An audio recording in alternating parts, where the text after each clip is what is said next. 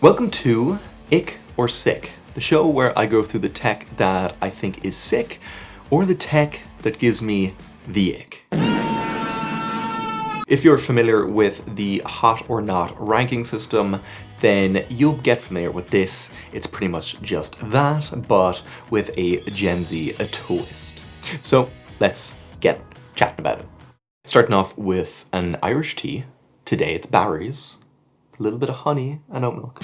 Let's start strong with the newest piece of tech that's on this list, the Apple Vision Pro.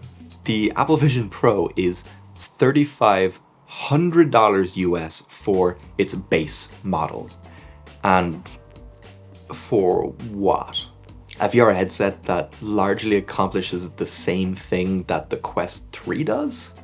Kinda. I mean, I have a Quest 2, so I have a fairly good understanding of what that feature set is like, aside from the pass-through.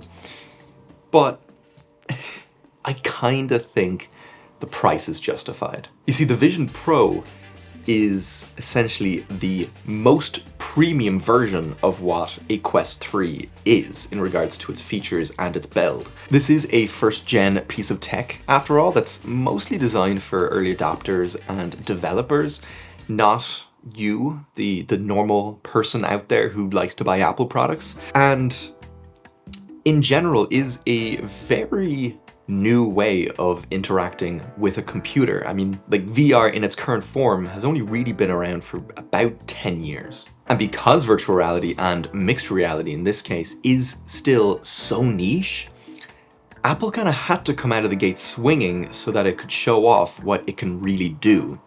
If you think of it kind of like a concept car that you can buy, I feel like that kind of makes more sense. Like, could you imagine if they just released a $1,000 version of this device that didn't have any sort of the bells and whistles, like the multiple camera arrays, the eye tracking, that sort of pass-through display, that weird sort of FaceTime thing that you can do? Like, it would be pretty underwhelming and would probably make the Quest 3 look like a much better deal overall. That being said, it is stupidly heavy. Now, I haven't personally tried it yet, so I can't speak to its weight exactly, but I was quite let down that it weighs more than the Quest 2, which, with the Quest 2, I can already barely stand to wear it for more than 40 minutes at a time. And that weird wired battery that kind of comes from the side of your head like some Matrix version of a Padawan plat. There are glaring problems with the Vision Pro, and Apple likes to pretend that they invented virtual reality by just coining it as spatial computing, but overall, ultimately, it's pretty sick. Let's stay on the Apple train for a moment and talk about the Apple Watch. Now, I've had an Apple Watch since 2022 and have worn it nearly every day since then, only recently stopping because I got this cool Casio watch for Christmas. But cool Casio watch aside, I think I'm kind of done with the Apple Watch. Now, there are times when it's super useful, such as when I can't find my phone and I'm just pinging it, or for tracking my exercises. But other than that, I don't find it all that useful. Like, I don't use a lot of the other features that are packed in there. And also, it's ugly.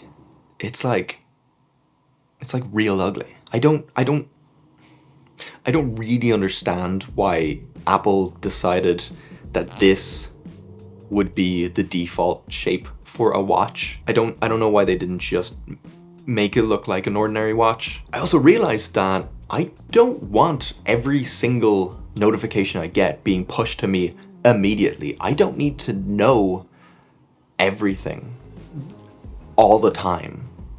It's exhausting. For example, I was standing in line for Rise of the Resistance at Disneyland when I got an email from work. It wasn't even for me, it was just something that I was tagged in. And my heart sunk. Not because I had to respond or because I was in trouble or something, but because I was pulled, yanked out of holiday mode and suddenly remembered that work and all this outside stuff exist. That was the most consequential day of my life because now I know I don't like my work. And also the battery life just sucks. If you're using a regular Apple Watch, it sucks. I know it can charge in like 15 minutes. Still, I don't want to have to keep charging it every night. It's a watch. Ick. So soundbars have kind of exploded in the last 10 years in terms of popularity. And I understand why. They are very simple. In a good way. They're just not complicated. There's one cable that goes from the bar to the TV, and then there's one cable that goes from the bar into the power, and then that's it. But why is every single one just terrible looking? They're just these thin, black or gray monoliths that sit front and center underneath your TV.